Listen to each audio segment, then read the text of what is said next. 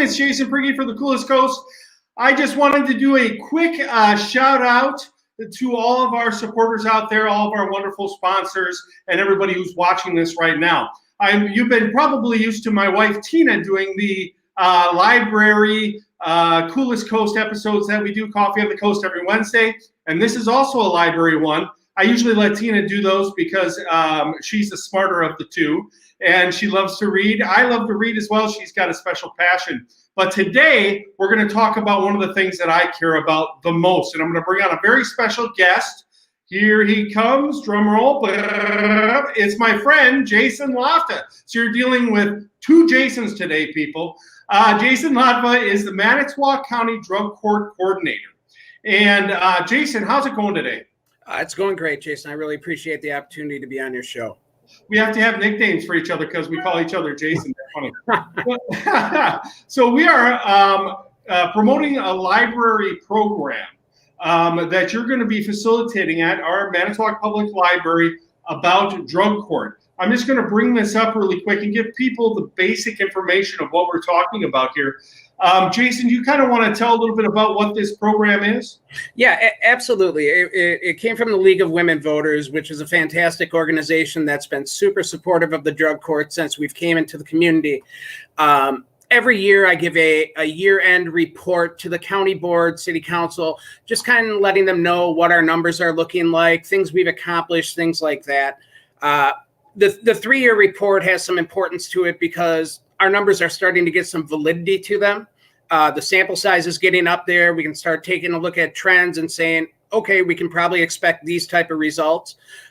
So this is probably the first year that the numbers really have some meaning to them. So it's a pretty important year for us. Very cool. So you can see kind of and equate where you're hitting, where you're missing, and self-assess. Yeah. That way. I was speaking with somebody a couple months ago, and we were talking about drug court and specifically, what it is, with like a base of the definition of what it is and why it exists. Can you just take a quick second and let the folks out there know, our viewers know exactly what are we talking about when we say drug court? Sure, absolutely. Drug court falls under a treatment court or problem-solving court title. These are courts where they're utilizing the community along with intensive supervision and generally treatment to be able to keep the individual in the community, help them get well, and help them become a productive member of society, right? Because housing somebody in a jail cell for 2 years, 3 years, 5 years, not only are they costing money to the state, they're not putting anything back. So drug court is a court for people that have both addiction issues and high risk to recidivate or continue to cause crimes. And the theory goes, if you can address the addiction issue, the crimes will probably start to decrease, right? Kind of correlational right there. Exactly, yeah. Yep. So we really focus on getting the participants. It's a voluntary program. Nobody can be ordered into it. It's got to be the client's own decision. It's not a hug a thug program. It's not a get out of jail free card. Like, this is hard stuff. They are working super hard to get themselves into a point of recovery and restarting their life. That is so wonderful. So instead of kind of assaulting or attacking the crime which was committed, which is very important. I mean, people need to be held accountable, obviously. Indeed. But attacking that root source of addiction, if that is the case. And I love what you said, that they have to want it. And that is so super important, that they have to be willing to go through the rigors of drug court, and able to graduate from drug court, and able to improve their lives and become contributing members of society. I think it's just great. And I know personally several people that have graduated the program and have nothing but outstanding things to say. None of them, not one of them, said it was easy. Yep. So it's very hard. So how does the program really work? So are you just in charge of it? Are there lawyers involved? How do people kind of go through the system real quick? And like, how long does it take for somebody who's in drug court that sticks with it, to go to the next level? Yeah, I'm a very small piece, an unimportant part of the equation. We have a team of people, 2 judges, District Attorney Labrie, Attorney Ann Larson, Jeremy Cronforce from MPD, our treatment staff, Maria Plodge, Harry Mucci, Don Sweet, probation, Jen Zick, Serena Hoffman. So we have a team of people that meets every week before court, because we have drug court every week at 9 a.m. on Wednesday. We all meet as a team. We discuss the clients, how they're doing, the ones that are going to be appearing, where their struggles are, if we need to address anything, if we need to incentivize anything. It's really a team aspect. Thankfully, we're kind of all led by the judges, Judge Rohr and Judge Dwayne, whoever's primary at this time, Judge Dwayne is. But they definitely lead the team. We kind of try to help them and give them as much information as possible. The program itself is set up to be completed in a year. The average amount of time it's taken through these first 3 years is just about 18 months or so. So it's a multi-phase program. And as a person continues to improve and get better, we pull more and more out of their life, right? So phase 1, they're at court every week. Phase 2, every other week. Phase 3, every third. 4 and 5, every 4 weeks. While they're in the program, they get potentially UA daily. They have to make a call every morning, and they could possibly have to UA, meaning pee in a cup, urine analysis. Yep. They also have to meeting attendance requirement every week, a rule of 40, meaning they have to have 40 hours of pro-social activities every week, which if you're not working, 40 hours is a decent amount of time, So, yeah, we use those things along with, it's based on intensive supervision, but I like to think of it more as intensive caring. Yes. We have a lot of people that are willing to love and care for these people until they're ready and willing to love and care for themselves enough to know that they don't deserve that type of life anymore. They deserve this. Right.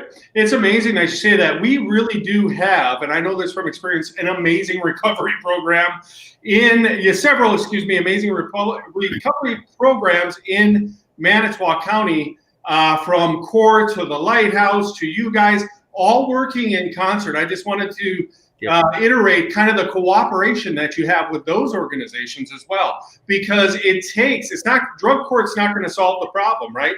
It's step 1. And then we go on to integrating these folks into society so that they can be amazing contributing members of our community like we know they can be. And I just really appreciate, on a personal note, everything you guys do at drug court. Now, I know it was open to the public for a while, and man, I went once and I was touched by what I saw there. I was amazed. I thought that, I guess I didn't know what to think. And I went in there and I was incredibly moved by the stories that the folks that were involved with drug court were telling, but I was even more moved by the compassion and loving nature of the judges and the members, right? Your crew. And I think that's really a testament to the amount of caring that we're putting into our recovery community here in Manitowoc. Nobody's sitting on their hands and saying, just jail these folks up. We're attacking the problem I say me, but you are attacking the problem at its base. So I really appreciate that. On a personal note, I just wanted to remind everybody that's watching, this is what the program is that we're talking about, the community impact of drug court in Manitowoc County with Jason Latva, who is our guest. And Jason, this is an online event. Are people going to be able to, how long is this event and how can they join up? Yeah, I believe they have it scheduled for up to an hour and a half. I honestly think the best part about the event, Jason, is once we get through the boring statistics that I'll talk about, we have 3 clients that are going to be on the panel. One current graduate that just graduated today, Joey Golden Jr., Megan Gerke, who's a client right about in the middle of the program right now, and Christy Havel, who was a client that was in the program and didn't end up completing. So I think they're going to give you all very neat look inside of what it was that they got help with, how it was supported them. And I thought it was unfair to just ask for people who were the successful graduates. So I think Christy's story is going to be really good too, because she didn't end up making it through, but my word, what a dynamo that young lady has turned into. Sure. So that's an interesting point too. Even these folks that didn't make it through were still impacted positively by the program, which is, you can't say that about every program, right? And this, the recidivism into our prison system is cut down by programs like this. I really think that, I don't know, I'm going to have to tune in because I don't know if you even have this statistic, but I am sure that it is way cheaper to do this than to actually incarcerate people where they have minimum access to recovery. Is that correct? It is, and I do have the monetary statistics, and let me tell you, they took a long time to figure out, but I do have that because, let's be honest, that is an important part, right? It feels good when people are succeeding and doing well in life, but it's got to be able to cover itself. So it is an important part, let's be honest. Awesome. Well, Jason, thank you so much for joining me today. Thank you. It's awesome what you guys are doing down there, and I just want to remind everybody to please join the library, Jason Latva, and to do this important presentation about the community impact of drug court in Manitowoc County on Monday, January 18th at 6 p.m. And you can find that live streaming link on the Manitowoc Public Library's Facebook page. They'll be live streaming as they've been doing a lot of lately. Thank you so much, Jason. Keep up the good work, and we'll talk to you soon. Best wishes, my friend. I appreciate you.